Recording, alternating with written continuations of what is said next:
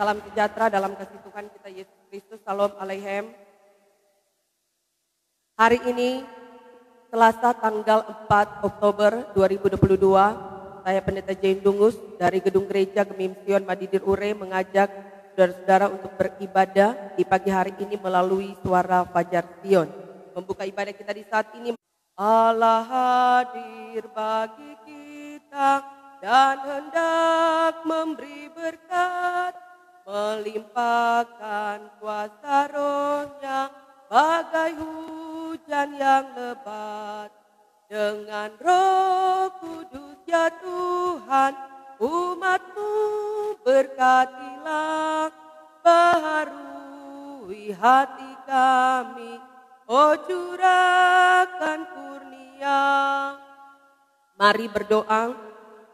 Syukur hanya Bagi-Mu ya Tuhan Allah Bapa di dalam sorga yang memperkenankan kami boleh ada di bulan Oktober di hari yang keempat tahun 2022. Kami berterima kasih karena Engkau Tuhan yang telah menjaga, yang telah melindungi kami semua di sepanjang malam dalam petiduran kami. Tetap dan merenungkannya bersama dengan hikmat yang Engkau beri bagi kami, memampukan kami untuk boleh memahami ini. Berfirmanlah bagi kami semua ya Tuhan Allah, sedialah kami mendengarkannya, ampuni dan kasihani kami, dan jadilah kiranya ibadah kami di subuh pagi ini hanya di dalam nama Allah Bapa, Anak, dan Roh Kudus. Amin. Saudara-saudaraku yang dikasihi dan diberkati oleh Tuhan kita Yesus Kristus, adapun firman Tuhan di hari ini dalam kitab Yeremia, pasalnya yang ke-30, ayatnya yang ke-7 hingga ayatnya yang ke-9. Firman Tuhan berkata, "Hai, alangkah hebatnya hari itu, tidak ada taranya. Itulah waktu kesusahan bagi Yakub, tetapi ia akan diselamatkan daripadanya. Maka pada hari itu demikianlah firman Tuhan semesta alam.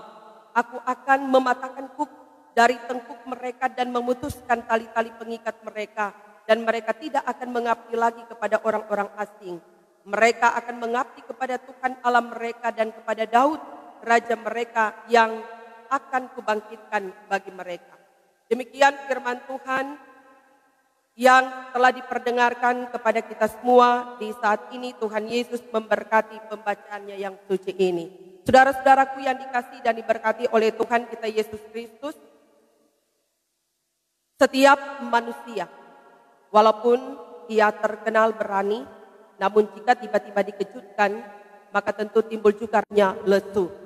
Saudara-saudara, pembacaan Alkitab kita di hari ini menggambarkan tentang keadaan bangsa Yehuda dan Israel ketika dikejutkan dengan penyerbuan tentara Babilonia. Ya, di ayat sebelumnya kita dapat melihat di mana mereka sungguh-sungguh merasa takut yang dilukiskan dengan wajah yang berubah menjadi pucat dan mengalami kesakitan bagaikan saat perempuan melahirkan. Nah, hari-hari itu dikenang sebagai sengsara dan kesusahan besar yang dialami oleh mereka sebagai keturunan Yakub.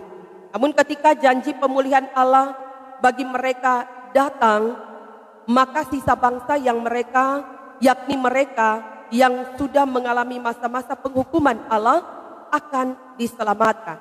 Dalam ayat 8 dan ayatnya yang ke-9 membuktikan bagaimana janji pembebasan dari Tuhan bagi umatnya akan berlaku.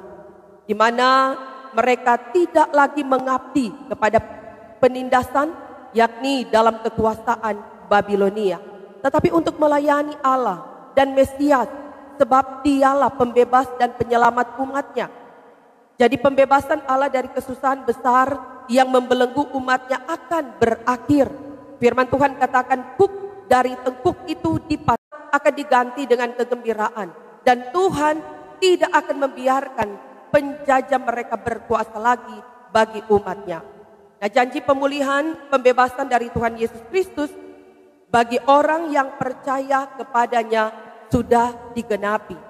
Dosa dan maut telah dikalahkan melalui kebangkitannya.